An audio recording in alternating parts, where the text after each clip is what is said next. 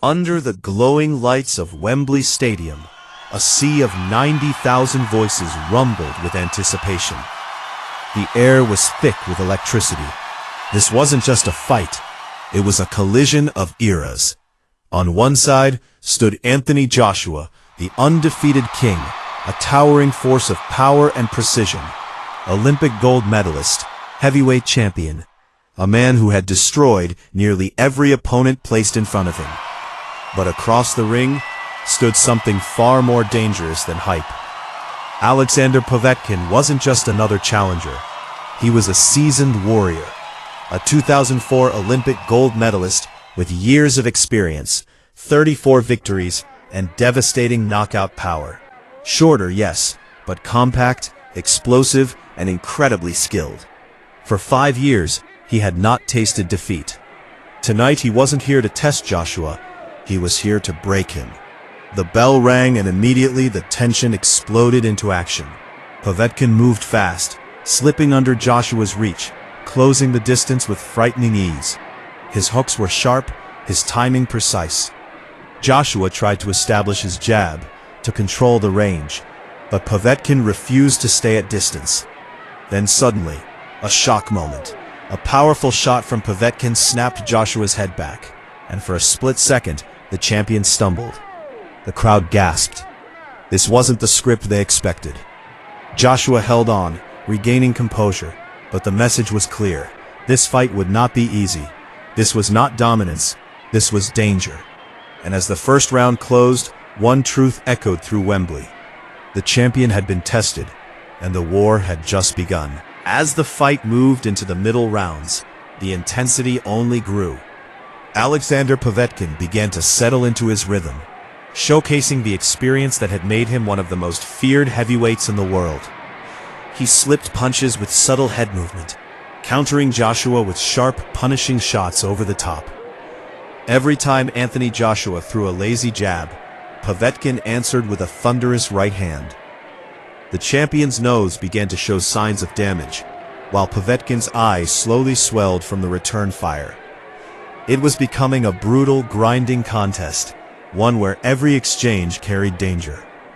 Up close, Povetkin looked lethal. His compact frame allowed him to generate explosive power in tight spaces, landing hooks and body shots that forced Joshua to hold and reset. The crowd could feel it. This was not a comfortable fight for the champion. From ringside, the instructions were clear. Joshua needed to keep it long. Stay disciplined. Don't get drawn into a close-range war, because that's exactly where Povetkin thrived. But Joshua began to adapt. Slowly, patiently, intelligently.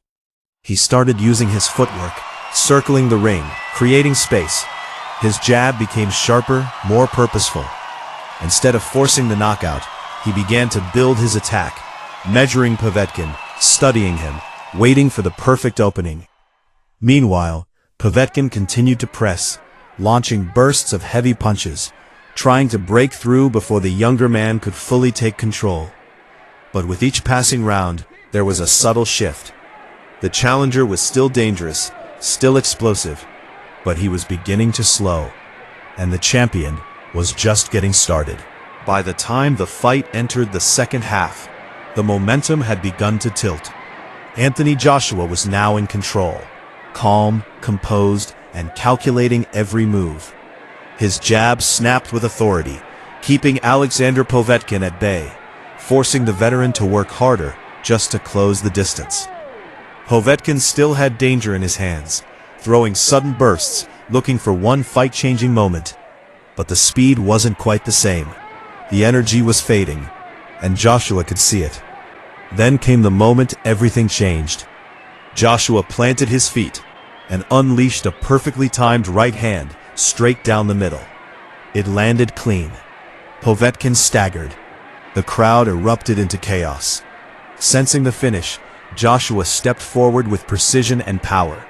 A crushing left hand followed, then another right, each punch landing with devastating force.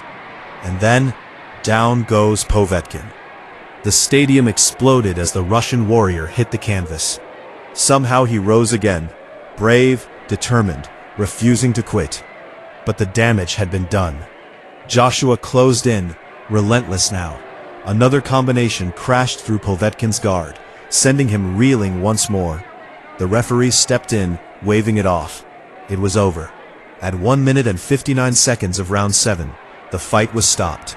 Still undefeated, still champion, Anthony Joshua had passed one of the toughest tests of his career, and in doing so, he proved something far greater than power.